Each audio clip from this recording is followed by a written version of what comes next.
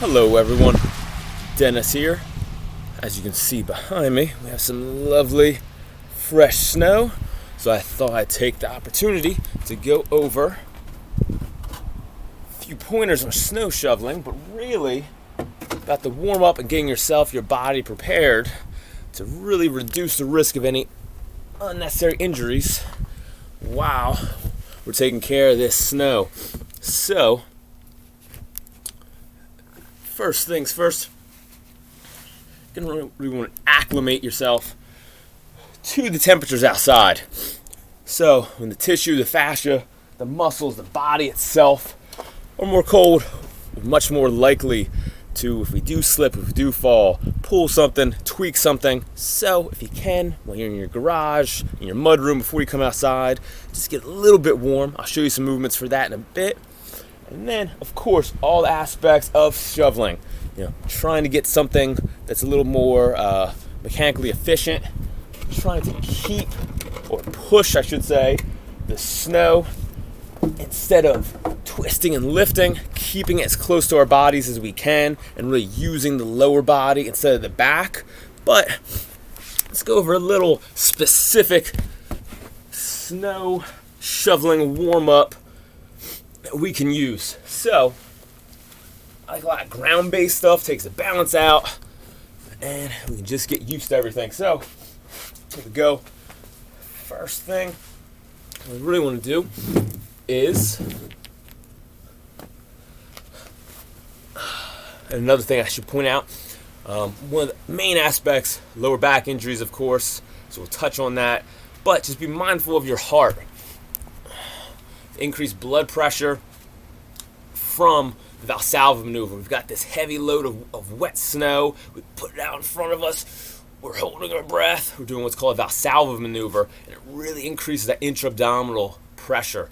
The pressure the heart has to push against. You'll notice after you take a break, your heart's pumping really fast, even if you don't feel like you've done that much. So once again, keeping that load, keeping that weight close to us, the shovel close to us, using the lower body as much as possible, trying to breathe with our movements, our exertions, can all be very helpful, but just be mindful, be cautious. So, we're going to start off by loosening up those hips and getting the glutes activated. The more we can activate and use our lower body, the better off we're going to be. So, first thing, we'll go into a figure 4 position. So on our backs, just the side here, figure 4. We're going to cradle. Your head can be back and relaxed. You can put a pillow back there. Outside the knee, right here, we're just going to cradle it in. Make sure you can see everything. We'll bring it in. We drop this leg flat. So we're cradling here. We're just going to hold here. We can bring that knee across more. Over this way. Over here. If that's not necessarily enough for you, or you want to add a little bit to it, what we can do is Pidgeon Pose, and this can be foot or leg elevate on a box, on the side of the couch, table, chair. So if you don't want to get into this position on the ground, just have something and you just put this leg here so you can still be standing. So we're here, knees kind of pointed ahead of us, hands are here, back's nice and flat, and we're just trying to, leg can be here. It's really about pushing and getting that hip, pushing this way into socket. So we're here, we're breathing into it. Just hang out. We don't have to hit these positions too long. I'll show you the other side as well. So we can go figure 4. Cradle. Bring it in. Out. That can be enough for you, or you can go pigeon. Here, if you need more, come down to the elbows. If you need even more, you of course reach out. Just try and keep that back nice and flat. So less of a stretch here, less of what it would be like for in yoga. It's really about activating and getting those tissues ready. So then we can use those glutes. So while we're still here,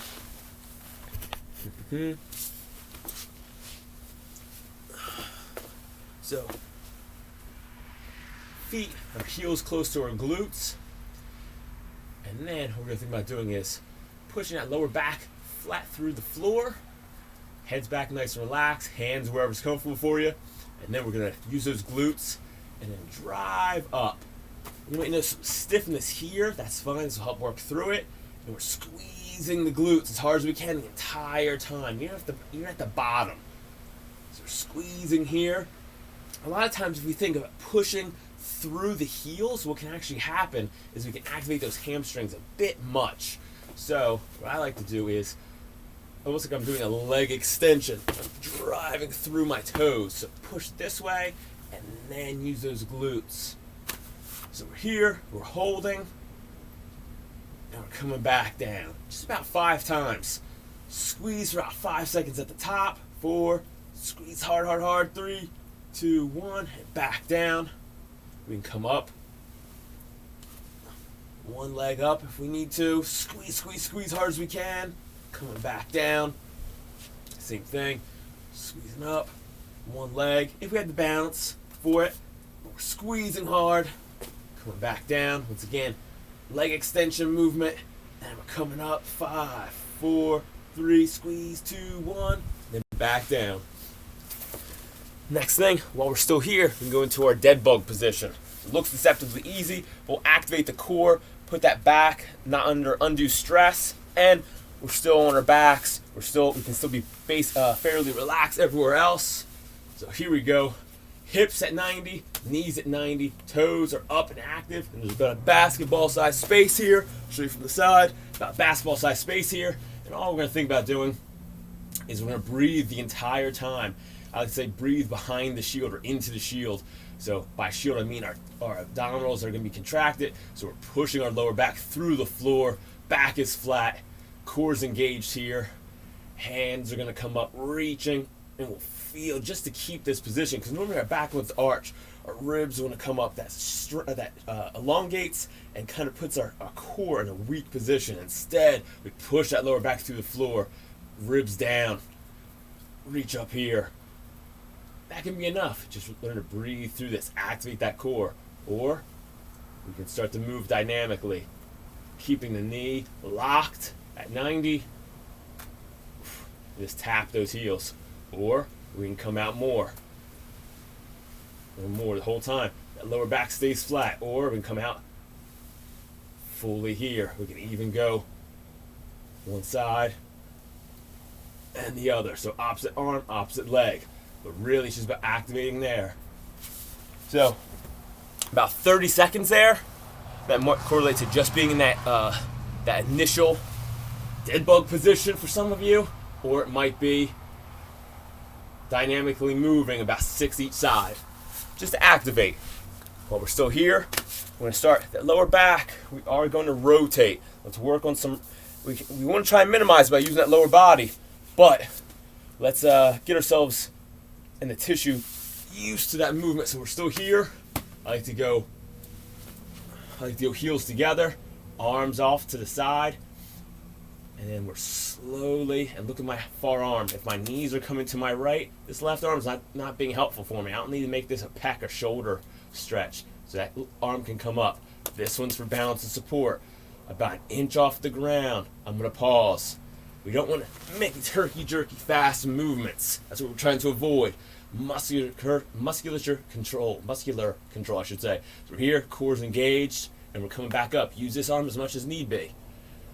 Control. We're trying not to fall through this at all. We're trying to get ourselves used to it. We can speed up a little bit. Once again, I'm using the opposite arm or same side arm as much as necessary. About 30 seconds here as well. Coming up, squeeze, pause. So there's a mild stretch, but it's getting us used to this position. It's getting our core activated for the job it might have to handle soon. That's what all this is for. Once we're there, we can come up and actually do the next few ones are going to be standing. Alright, so let's get this in a better position. So what we can do next Just getting this camera right. Here we go. So we're going to be standing square on. We're going to take a step.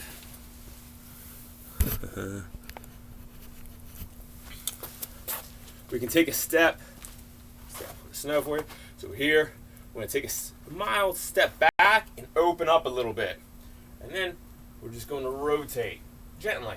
No undue stress on lower back. We're not swinging around. We're just here, rotate. Feel the core activate, and then come back. Step, rotate, coming back. So nice and gentle, just moving through these positions. Activate the core hard, and we can start pretending we've got that weight, we've got that heavy load of snow. We don't want to be in this position, but if we find ourselves there, activate the core, then coming back. Just about 10 each side. And breathing into that shield like we talked about before, and then coming back.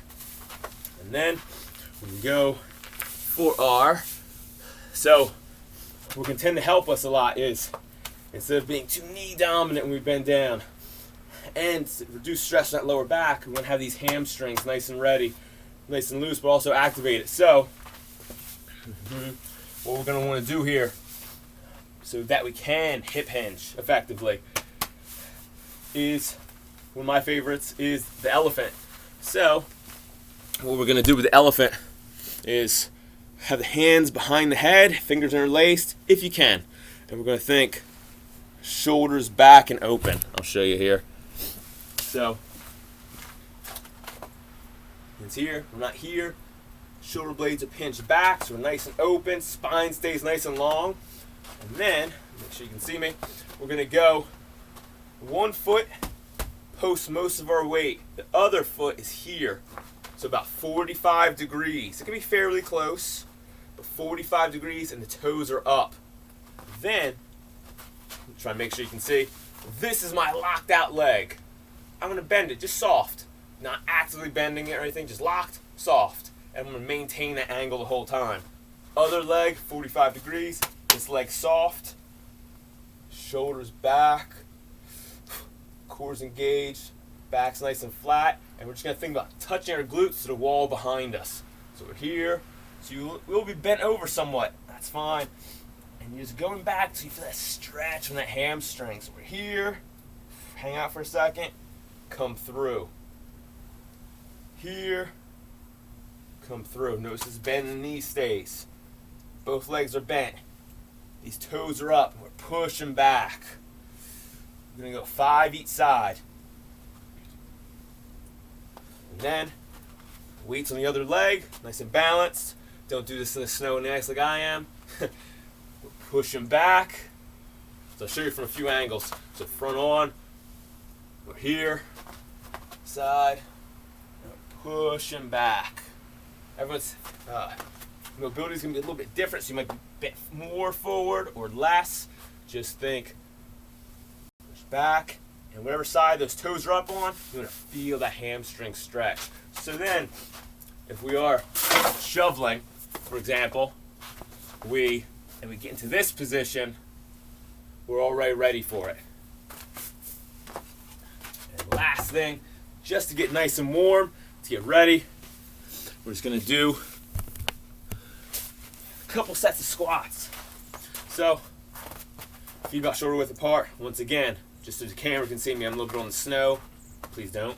So we're here, squatting back and down, a little bit wider, back and down, and coming through. Just go at your own pace, your own tempo. You can hold on to a table, wall, anything for balance. We're just squatting down, just to get a little warmth before we head outside. I wouldn't recommend doing all this outside like I am. Just want the backdrop. So about 10 here. Remember, we're keeping engaged throughout the core. Spine stays long. Might feel a little different when those hamstrings more mobile than they were. Just come up through. Squeeze at the top. Push the whole foot, big toe, pink toe, heel. Things of contact. And coming up. So, a little bit of warmth, a little bit of mobility work,